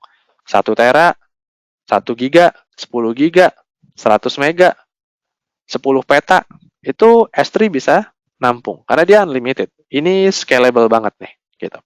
Namun, ada limitasi bahwa satu objeknya itu nggak bisa lebih dari 5 terabyte. Satu objek ya, tapi kalau secara total dia bisa nampung berapapun. Oke, dan ini sangat-sangat scalable banget. Oke, bayangkan kita punya bisnis online travel, kita nggak tahu berapa orang yang beli tiket di aplikasi kita, dan kita nggak bisa batasin kan orang yang mau beli tiket. Oke, bayangkan tiket kita itu, e-tiketnya kita simpan di S3. Oke, jadi berapapun orang yang beli tiket pada hari itu, e-tiketnya disimpan di S3, S3 nampung-nampung aja karena dia unlimited untuk total penyimpanannya, gitu. Oke, S3 ini tadi ya, kita bisa share URL-nya dengan aplikasi atau user yang lain, namun nggak serta-merta kita share begitu aja. Kita bisa kasih juga kontrol akses. Maksudnya kita bisa batasin siapa yang bisa akses, siapa yang nggak bisa akses. Oke, jadi di satu sisi memudahkan kita untuk share objek kita, tapi di satu sisi lain kita juga tetap bisa enforce atau maintain security-nya. Oke. Nah, solusi lain itu adalah block storage tadi. Block storage di AWS ini adalah EBS, Elastic Block Store. Okay. EBS ini adalah block storage solution dari AWS. Block storage ini salah satu yang bisa kita gunakan sebagai solusi untuk EC2 instance kita. EC2 instance kita adalah compute. Compute-nya saja itu nggak bisa berjalan. Ya, dalam arti compute EC2 instance itu butuh media penyimpanan kan? Butuh media penyimpanan. Media penyimpanannya apa? Itu adalah EBS. Okay. Bayangkan EC2 ini seperti laptop atau PC kita, EBS ini seperti hard disk-nya. Okay. Jadi EBS ini adalah hard disk untuk EC2 instance kita. Okay. Dia sifatnya konsisten, persisten, maksudnya adalah dia menyimpan konten kita. Artinya EC2 instance kita stop, kita berhentikan, lalu kita running lagi, maka konten kita masih ada di situ. Persis kayak kita shutdown laptop kita nyalakan laptop kita lagi, maka di situ masih ada konten kita. Oke. Direplikasi ke dalam satu EZ, ya, jadi sudah otomatis direplikasi ke dalam satu EZ. Kemudian ada beberapa jenis drive yang berbeda, bisa kita pilih SSD dan juga HDD. Kemudian kita bisa naik turunkan kapasitinya dengan lebih fleksibel, dan kita bayar atas apa yang kita provisioning aja, yang kita perlukan saja. Kalau kita nggak provisioning, kita nggak perlu bayar. Ada fungsi backupnya, kita bisa snapshot, incremental snapshot, dan kita bisa encrypt juga. Kalau kita menyimpan data rahasia, kita bisa enkripsi. Gitu.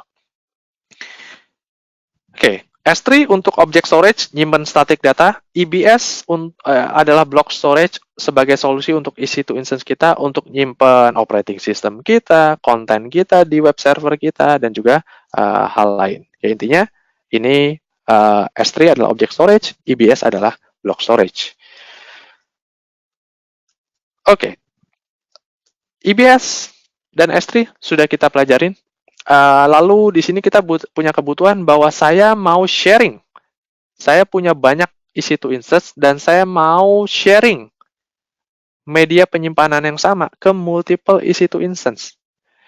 EBS itu block storage, hard disk ya. Jadi ini ada satu EC2 instance, ini ada hard disk, kemudian ada satu EC2 instance, ada hard disk lagi. Oke, bisa nggak hard disk ini saya share juga ke sini dan juga ke sini? Bisa nggak? Jawabannya nggak bisa. Okay. Jadi kayak PC kita ya, kayak laptop kita. Hard disknya itu ya hanya bisa ke satu PC saja waktu yang bersamaan, atau ke satu laptop saja. Dia nggak bisa di-share ke laptop atau PC yang lain. Nah, kalau saya mau share seperti itu, S3 bisa nggak? Bisa sih, tapi nggak ideal. Karena S3 ini sebenarnya natifnya diakses melalui internet. Kalau saya nggak mau lewat internet, saya mau lewat lokal. Saya bisa gunakan yang namanya EFS. Oke, EFS ini adalah Elastic File System dari AWS, memungkinkan saya untuk multiple EC2 instance untuk sharing konten yang sama. Oke, jadi ini saya punya IFS, ada storage-nya di sini, lalu saya share ke EC2 instance, memungkinkan EC2 instance ini dan ini bisa mengakses konten yang sama dalam waktu yang bersamaan. Oke, ini solusinya IFS. Turunannya dari S3 ada yang namanya S3 Glacier. S3 Glacier ini untuk archiving. Archiving ini untuk data yang sudah jarang sekali diakses. Contoh misalnya data mengenai transaksi banking. Transaksi banking itu cuma bisa kita lihat 30 hari ke belakang misalnya. 30 hari, lebih dari 30 hari ke belakang datanya udah nggak bisa kita lihat. Oke, lalu sama si pihak bank disimpanlah ke arsip. Oke. Data medical record.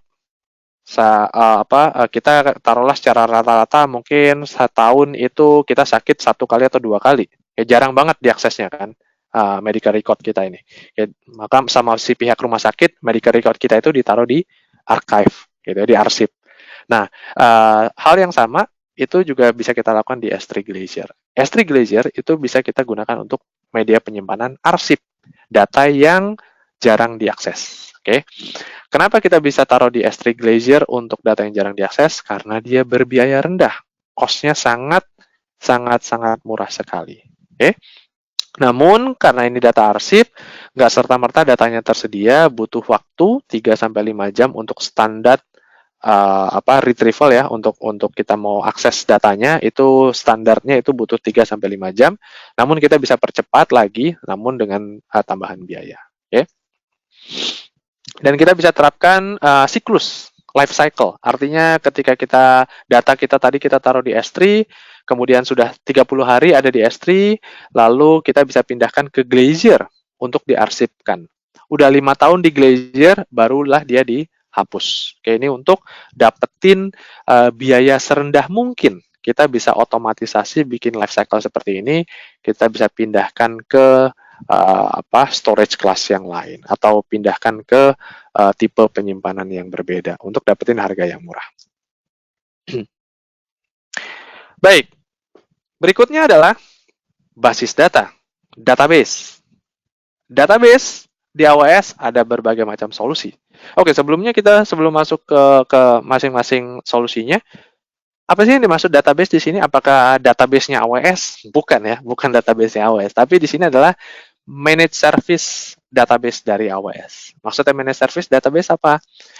Kalau kita punya aplikasi, web application, butuh menyimpan data ke sebuah database, berarti kan saya perlu apa? Saya perlu sistem administrator untuk setting servernya, lalu saya perlu apa? Database administrator kan untuk setting database-nya. Nah, saya nggak punya nih DBA. Saya ini organisasi kecil, saya nggak punya DBA. Lalu siapa yang bisa ngurusin database saya? Karena aplikasi saya butuh baca tulis ke database. Nah, yang bertugas, kita bisa offload bebannya si DBA ini ke AWS dengan cara kita gunakan managed service database dari AWS. Okay?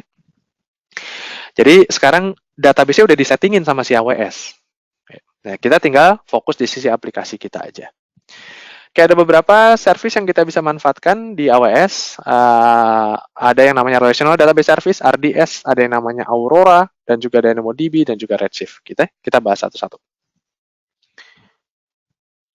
Oke. Ini tadi konsepnya, apa yang dimaksud dengan AWS Database Service ini? Maksudnya adalah bukan database-nya AWS, tapi lebih ke arah managed service database dari AWS. Oke, jadi kalau kita tadi udah belajar EC2 sebagai virtual server, boleh dong saya deploy database di EC2, boleh banget. Kan EC2 tadi untuk virtual server, saya gunakan untuk database server, boleh dong, boleh banget. Oke, nah sebenarnya udah dong, solusinya beres dong. Saya udah punya basis data di EC2. Ya, udah beres. Basis datanya udah bisa kita gunakan. Lalu kenapa saya perlu layanan basis data dari AWS yang lain atau managed service-nya ini? Gitu ya. Nah, yang namanya managed service ini ada beberapa hal yang kita offload bebannya ke AWS. Contoh, siapa yang bertugas instalasi? Instalasi kalau saya deploy di situ, maka saya sebagai customer bertanggung jawab untuk instalasi. Update, siapa yang bertanggung jawab? Saya sebagai customer untuk update. Scaling, backup, patching, itu semua saya, AWS customer yang bertanggung jawab. Dengan managed service dari AWS, ini memungkinkan kita untuk lebih mudah lagi manage database kita di AWS. Okay. Sekarang dengan managed service, database-nya sudah diinstalin oleh AWS. Okay.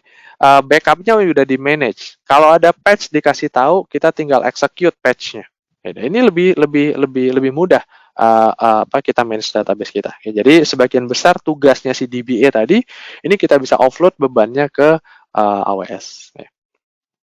Nah, service berkaitan dengan database managed service di AWS, yang pertama adalah RDS, Amazon Relational Database Service. Okay.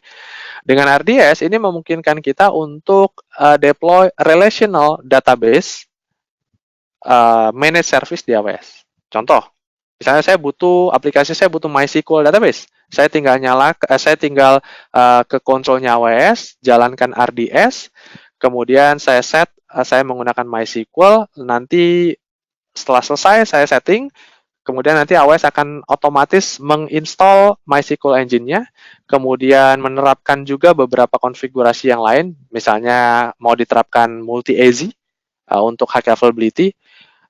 Nanti kalaupun ada host atau instance yang fail atau yang rusak, nanti diganti otomatis oleh si RDS-nya. Kemudian enkripsi saya bisa terapkan juga di database saya. Lalu kalau ada update patch misalnya, udah disiapkan juga oleh si RDS-nya. Kalau ada backup, udah disiapkan juga oleh si RDS-nya. Jadi ini managed service, mulai dari instalasi sampai dengan update, patching, scaling itu udah disiapin oleh si RDS atau si AWS. Ini memudahkan kita bisa fokus di aplikasi. Oke, saya mau kasih lihat sedikit untuk RDS ini. Jadi kalau kita ke konsolnya AWS, ini kita bisa lihat RDS di sini. Kemudian kita bisa pilih, misalnya saya mau, kita tunggu beberapa saat ya, agak lemot koneksi saya. Oke, kita bisa lihat di sini di RDS ada yang namanya DB instance. Kita bisa create database. Lalu kita bisa pilih misalnya engine apa. Saya mau pakai engine MySQL. MySQL yang versi berapa? Versi 8, versi yang mana? Ini saya bisa pilih di sini. Oke, sorry. Oke, saya pilih MySQL. Saya bisa pilih versi yang mana? Versi 5, versi 8, dan seterusnya.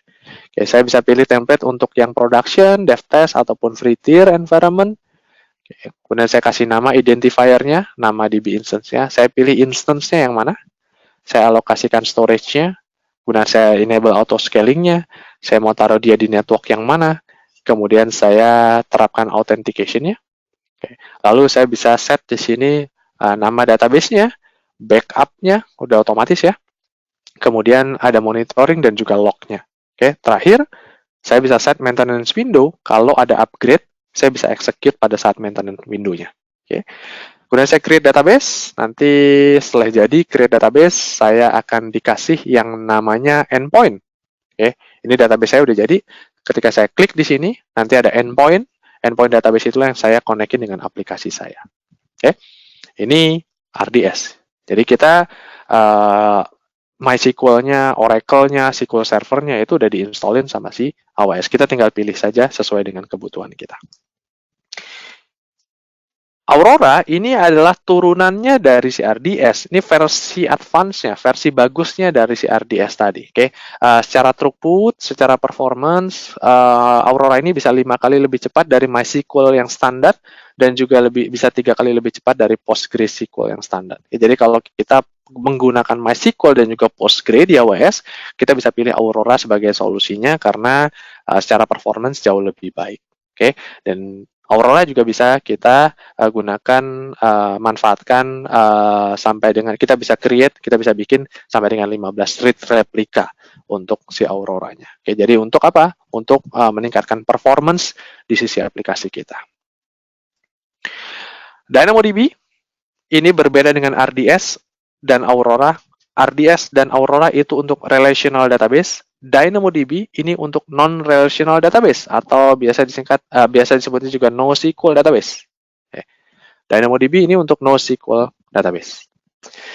Nah DynamoDB ini berbeda juga dengan RDS. Kalau tadi RDS kita masih pilih tipe instance-nya, DynamoDB ini kita nggak perlu pilih tipe instance-nya. Dia sifatnya serverless.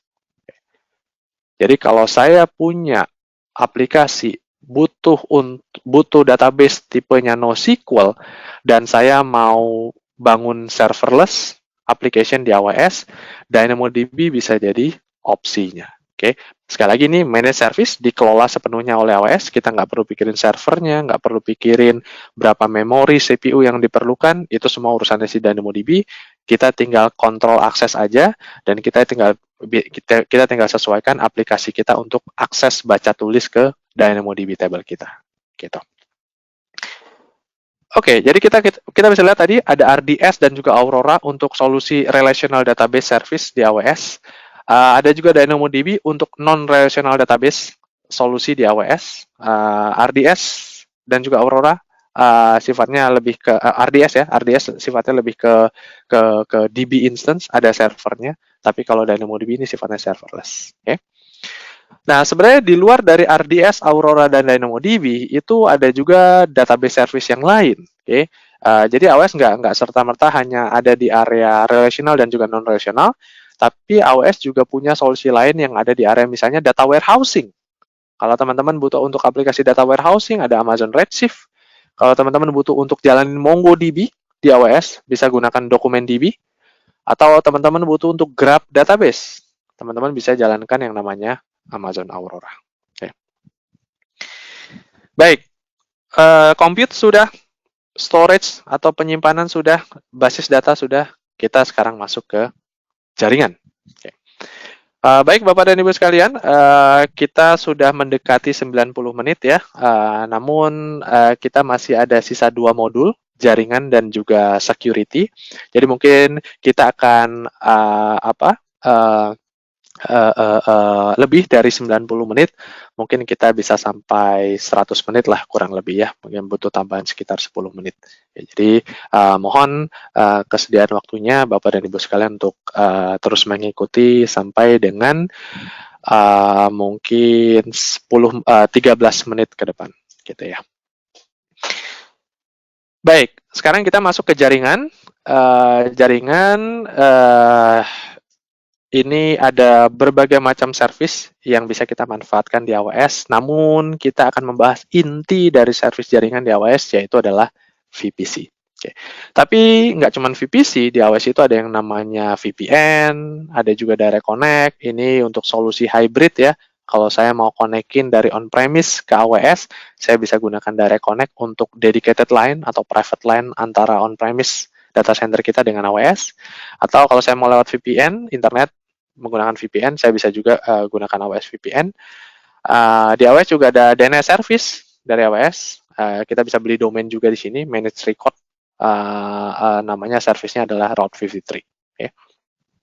Fokus kita sekarang di VPC. Oke, apa sih VPC ini? VPC ini singkatan adalah Virtual Private Cloud. Kenapa disebut namanya Virtual Private Cloud? Karena VPC ini memberikan kita private network di AWS atau isolate environment di AWS. Okay. By default, setiap resource yang kita taruh di dalam VPC kita itu akan terisolasi dari service yang ada di luar dari VPC-nya atau akan terisolasi dari apapun yang ada di luar VPC. Ya, jadi ketika kita taruh resource kita di VPC, maka resource kita itu terisolasi. Okay. VPC ini kita bikin di sebuah region tertentu. Okay. Jadi VPC kita bikin di sebuah region tertentu, kemudian di dalam VPC kita ini kita deploy lah EC2 instance kita tadi. Okay. Dengan demikian, by default, resource yang ada di luar dari VPC kita itu tidak bisa mengakses EC2 instance kita tadi di dalam. Okay. Kecuali kita konfigurasi untuk memungkinkan bahwa ada EC2 instance yang kita mau buka aksesnya dari public internet. Barulah resource kita ini bisa diakses dari luar. Okay. Contoh misalnya tadi saya create web server ya. Bagaimana bisa caranya web server saya tadi, IIS web server saya tadi bisa diakses dari internet. Karena apa? Karena EC2 instance kita ini berada di sebuah public subnet. Okay. Di public subnet ini memungkinkan setiap resource yang ada di dalam public subnet ini bisa diakses dari luar. Oke, bisa diakses dari internet. Jadi kebutuhan misalnya untuk web server, email server yang bisa diakses dari public network, kita bisa taruh dia di public subnet. Sebaliknya, ada juga resource yang kita mau keep dia private, misalnya database, server, atau application server yang nggak butuh akses dari internet langsung. Kita mau keep dia private, maka kita bisa tempatkan dia di private subnet. Kita bisa tempatkan dia di private subnet. Okay. Jadi dengan VPC kita bisa melakukan isolation resource kita, kecuali kita konfigur untuk resource kita itu bisa diakses dari luar, barulah dia bisa diakses dari luar. Kalau enggak, ya resource kita hanya bisa diakses dari dalam satu VPC itu saja. Oke. Contoh di sini saya bikin public subnet dan juga private subnet. Ini untuk kebutuhan yang berbeda. Public subnet yang bisa diakses dari internet, private subnet itu hanya bisa diakses dari internal, atau saya mau konfigurasi dia supaya bisa diakses dari VPN, supaya dari data center saya yang di on-premise bisa mengakses database saya. Itu bisa saja seperti itu. Oke. Baik, teman-teman bisa anggap VPC ini sebagai sebuah rumah lah ya. Rumah di dalamnya banyak ruangan-ruangan. Nah, rumahnya itu adalah VPC, ruangan-ruangannya itu adalah subnet-subnetnya ini. Ruangan berbeda-beda kebutuhannya. Ada ruangan untuk bisa diakses oleh tamu, ada ruangan yang hanya bisa diakses oleh yang punya rumah. Nah, inilah analoginya public subnet dan juga private subnet. Baik, kalau kita gambarkan secara keseluruhan, berarti di dalam AWS environment kita itu ada VPC. Di dalam VPC itu kita deploy lah isolate resource kita. Contoh misalnya EC2 instance kita tadi. Okay. Kita bisa terapkan EC2 auto scaling untuk nambahin capacity EC2 kita tadi. Kita udah belajar di situ. Lalu kita bisa konfigurasi. Kita bisa atur apakah EC2 instance saya ini mau diakses dari internet. Kalau EC2 instance kita ini mau diakses dari internet, maka kita perlu expose resource kita ini dengan bantuan yang namanya gateway internet. Ya, dengan demikian, resource kita yang kita expose ke gateway internet ini bisa diakses dari luar. Contohnya ini web servernya misalnya. Ya. Web server saya ini berbagi konten yang sama. Gimana caranya? Saya bisa fungsikan IFS tadi. IFS ini perlu diakses juga dari data center on-premise. Ini data center on-premise saya, ini IFS, dia perlu juga akses ke IFS-nya. Dia perlu juga sharing kontennya. Bisa nggak? Bisa. Kita bikin hybrid connectivity. Salah satunya dengan bantuan si Direct Connect tadi. Direct Connect, dedicated line, private line antara on-premise data center kita dengan AWS Cloud kita. Dengan demikian, on-premise network kita bisa berkomunikasi dengan resource yang ada di dalam AWS melalui Direct Connect ini. Okay. Dengan bantuan misalnya gateway virtual private.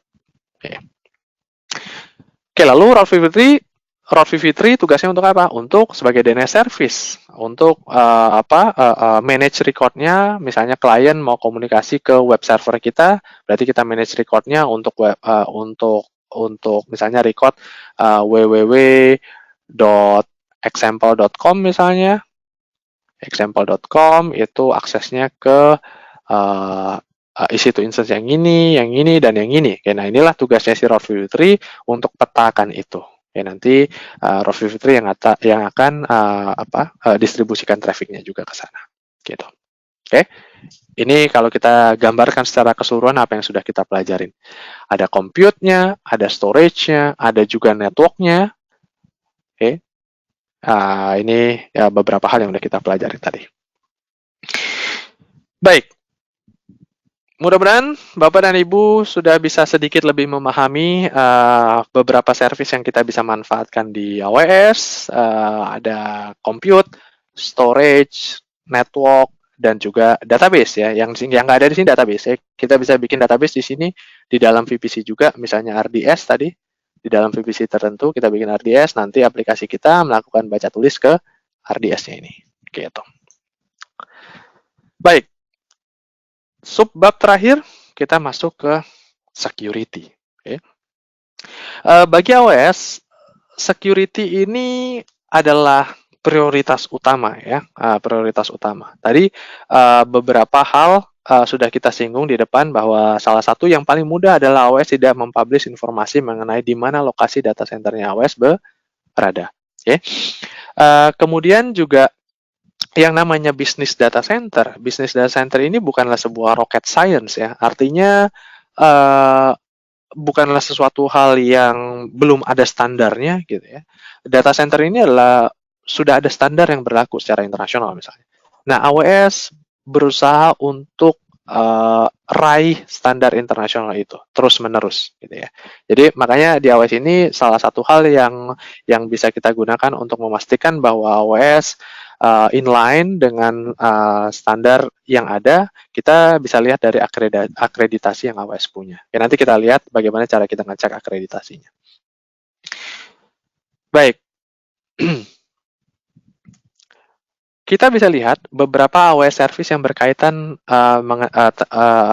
ada di area keamanan gitu ya. Ada yang namanya yang paling utama kita bisa lihat di sini ada namanya AWS Identity dan juga Access Management. Dari namanya udah ketahuan ya. Ini untuk apa? Untuk manage, untuk mengelola identity dan juga hak akses. Ya, ini yang paling esensial banget nih di AWS gitu.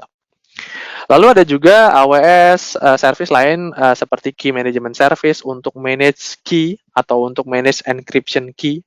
Lalu kita bisa lihat di sini adalah AWS Organization untuk memudahkan kita manage policy di level organisasi kita. Lalu ada juga Amazon Cognito memudahkan kita untuk manage user management di web dan juga mobile application kita. Untuk user login, logout, dan juga hak akses user itu kita bisa mudah atur di Cognito. Ada juga AWS Shield, ini untuk DDoS protection attack di AWS. Ya, jadi kita punya aplikasi, web application, kita mau jagain supaya web application kita ini nggak di DDoS misalnya, nah, kita bisa terapkan AWS Shield untuk aplikasi kita itu. Terakhir di sini adalah AWS Artifact, ini untuk melihat apakah AWS service ini udah comply dengan regulasi tertentu. Apakah AWS ini sudah punya sertifikat standarisasi tertentu. Nah, ini kita nanti bisa lihat di AWS Artifact. Nanti kita lihat bersama-sama ya. Baik, lalu kalau ada pertanyaan nih misalnya, di AWS itu security itu tanggung jawab siapa sih? Ini kan ada banyak nih AWS service yang berkaitan dengan security. Lalu security itu tanggung jawabnya siapa? Di AWS, security itu tanggung jawabnya adalah tanggung jawab bersama. Oke, ada tanggung jawab di level customer, ada tanggung jawab di level AWS. Kita bisa lihat tanggung jawab di level AWS misalnya, AWS bertanggung jawab untuk keamanan di sisi physical infrastrukturnya, data centernya, ketersediaan uptime data centernya, hubungannya dengan pihak ketiga misalnya, lalu uptime masing-masing service-nya itu tadi, itu adalah menjadi tanggung jawabnya si AWS. Nah, di sisi pelanggan, di sisi customer, itu ada juga nih tanggung jawabnya. Bahkan tanggung jawab di sisi pelanggan itu lebih ke arah aplikasi. Ya, kalau AWS lebih ke arah physical infrastruktur, pelanggan itu lebih ke arah aplikasi. Data pelanggan, ini jelas AWS nggak punya visibility ke sana, maka ini tanggung jawabnya si customer. Oke. Identity dan juga akses manajemennya, tentu customer yang tahu. Oke. Kemudian konfigurasi sistem operasi dan juga firewall-nya, itu customer yang tahu. Enkripsi, AWS sudah menyediakan, tinggal opsinya dari customer, mau di-enable atau enggak. Oke. Lalu network protection-nya, DDoS antisipasi di sisi customer untuk mencegah adanya DDoS misalnya. Oke. Ini menjadi tanggung jawabnya customer juga. Aplikasi tentu karena customer yang tahu aplikasinya seperti apa dan juga platformnya. Ya, jadi kalau kita lihat di sini pelanggan lebih banyak ke area aplikasinya, okay. Atau beberapa hal yang berkaitan dengan network protection misalnya. Ya, ini ada di sisi customer. Baik, AWS service yang berkaitan dengan security yang paling esensial adalah AWS IAM. IAM ini apa? Identity dan juga access management. Sesuai namanya, tujuannya adalah untuk memberikan kita identitas, dan juga melakukan kontrol akses. Identitas itu siapa ya? Siapa yang boleh mengakses AWS resource kita? Ada user, user A, user B, user C. Oke. User A bisa melakukan full access misalnya. Oke. User B ini bisa read only misalnya. Oke. User C cuma bisa lihat billing. Oke. Nah, ini kita bisa terapkan kontrol akses seperti ini di IAM. Oke. Kita bisa bikin user, group, maupun beberapa role yang sesuai, atau kita bisa kasih juga akses sementara kalau kita punya auditor, auditor mau manage, mau ngecek penggunaan AWS resource kita bisa kasih temporary access atau akses sementara ke auditor kita itu dengan kita kasih role, kita kasih peran yang berbeda-beda misalnya. Oke. Ini kita bisa gunakan dengan IAM. Intinya ini berkaitan dengan identity dan juga hak akses. Nah, terkait dengan DDoS attack apa tadi ya? Shield, AWS Shield. AWS Shield ini adalah anti DDoS yang AWS punya. Jadi kita punya misalnya web application di sini, kemudian web application kita ini diakses oleh jutaan pelanggan dari berbagai macam penjuru dunia. Bisa saja pelanggan itu adalah pelanggan yang memang sah untuk mengakses web application kita, atau justru sebaliknya, yang mengakses web application kita itu adalah attacker yang melancarkan serangan DDoS misalnya. Oke. Nah, untuk melindungi web application kita ini dari serangan DDoS dan untuk memudahkan juga pengguna yang sah ini untuk bisa mengakses web application kita, maka kita bisa deploy AWS Shield. Ini adalah DDoS mitigation attack dari AWS atau anti DDoS yang AWS punya.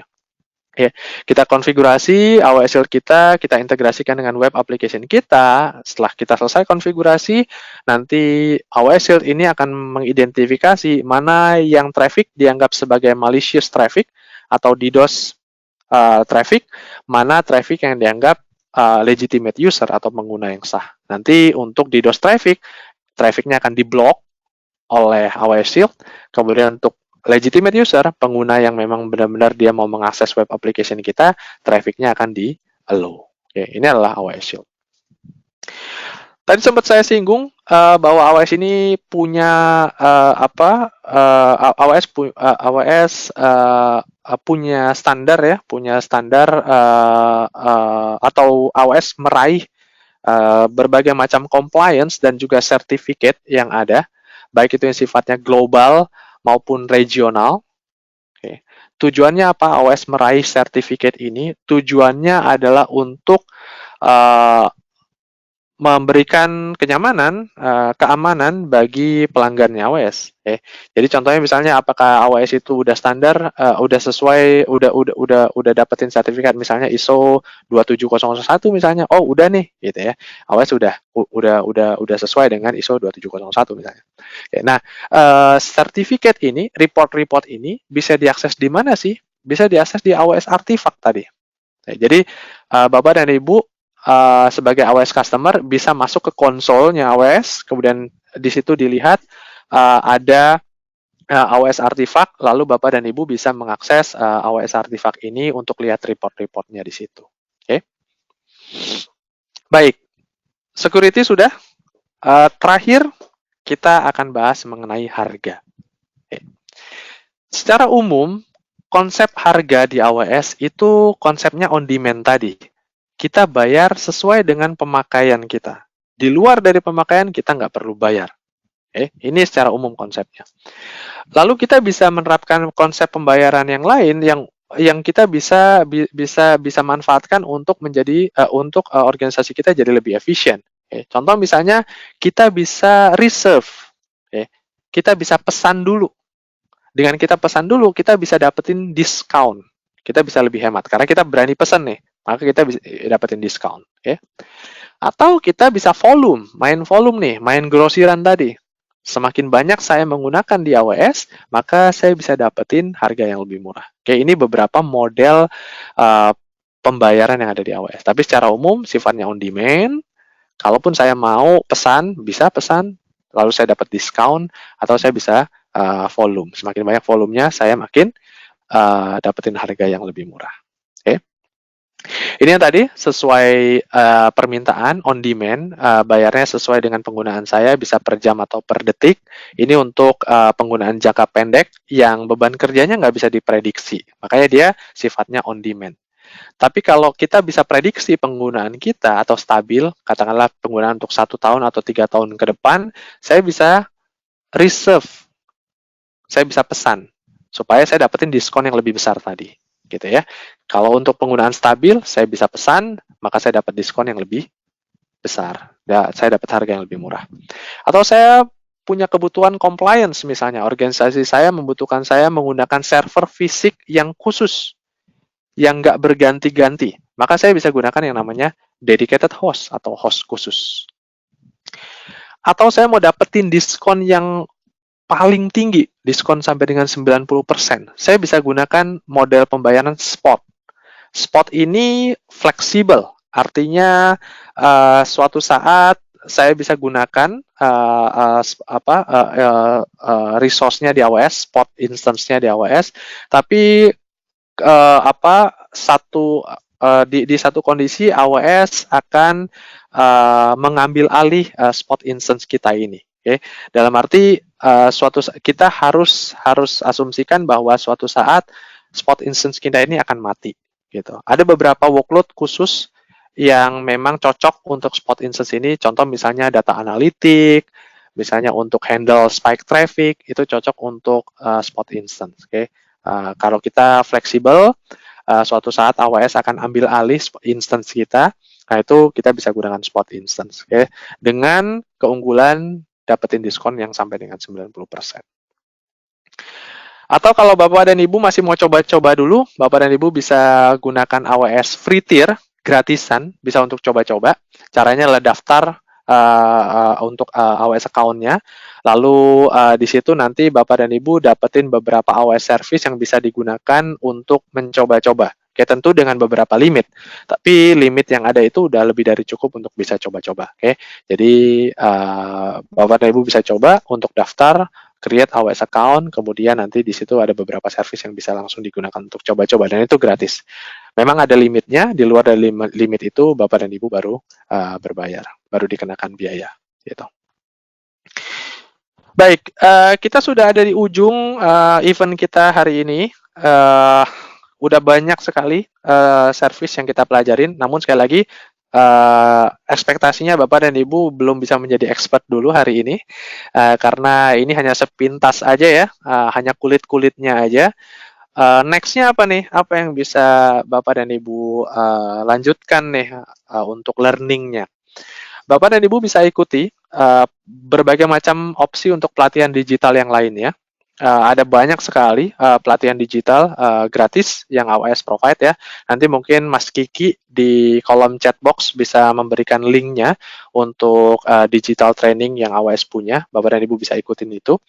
Atau kalau Bapak dan Ibu yang lebih prefer untuk belajar dipandu oleh trainer seperti saat ini, tapi dengan waktu yang relatif lebih lama ya, Bapak dan Ibu bisa ikuti pelatihan ruang kelas. Jadi ada classroom trainingnya. Bapak dan Ibu bisa ikutin ini. Ini bisa berinteraksi dengan trainernya langsung atau instrukturnya langsung. Nggak tahu Bapak dan Ibu juga kalau pede ya, sayanya kayaknya udah jago nih terkait dengan AWS. Saya mau langsung ujian aja. Saya mau langsung ambil sertifikasi. Nah itu bisa juga. Jadi ada beberapa ada beberapa sertifikasi yang AWS provide untuk sebagai acknowledge lah ya, acknowledgement untuk Bapak dan Ibu yang sudah familiar dengan AWS environment. Oke. Sertifikasi sendiri banyak banget, tapi Bapak dan Ibu bisa ikutin PAT-nya. Nanti juga Mas Kiki akan share terkait dengan PAT certification-nya.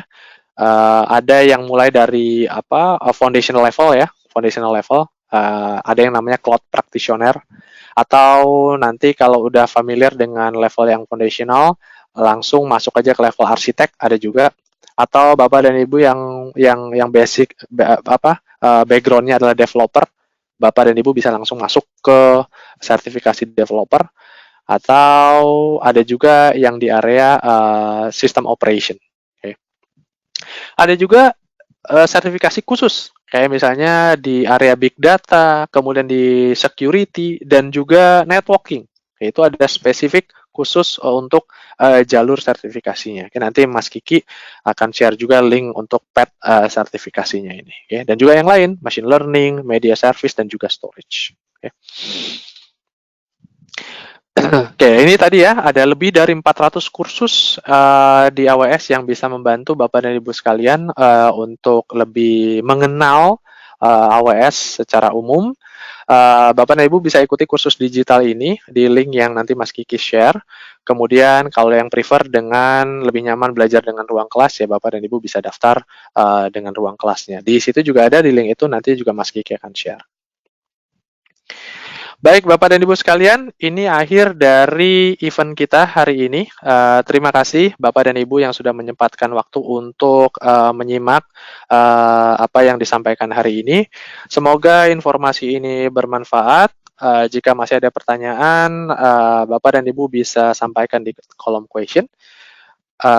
Semoga informasi ini bermanfaat untuk Bapak dan Ibu sekalian, bisa dimanfaatkan untuk menunjang bisnis dan Bapak Ibu sekalian jadi lebih baik lagi. Oke.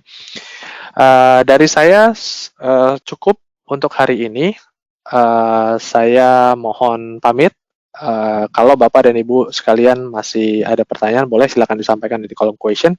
Mas Kiki nanti tetap masih akan merespon dalam beberapa menit ke depan. Terima kasih sekali lagi saya ucapkan, semoga bermanfaat. Saya Isra Fatoni dan Mas Kiki undur diri dulu. Sampai ketemu lagi di kesempatan yang lainnya. Terima kasih. Sampai ketemu di lain waktu. Terima kasih.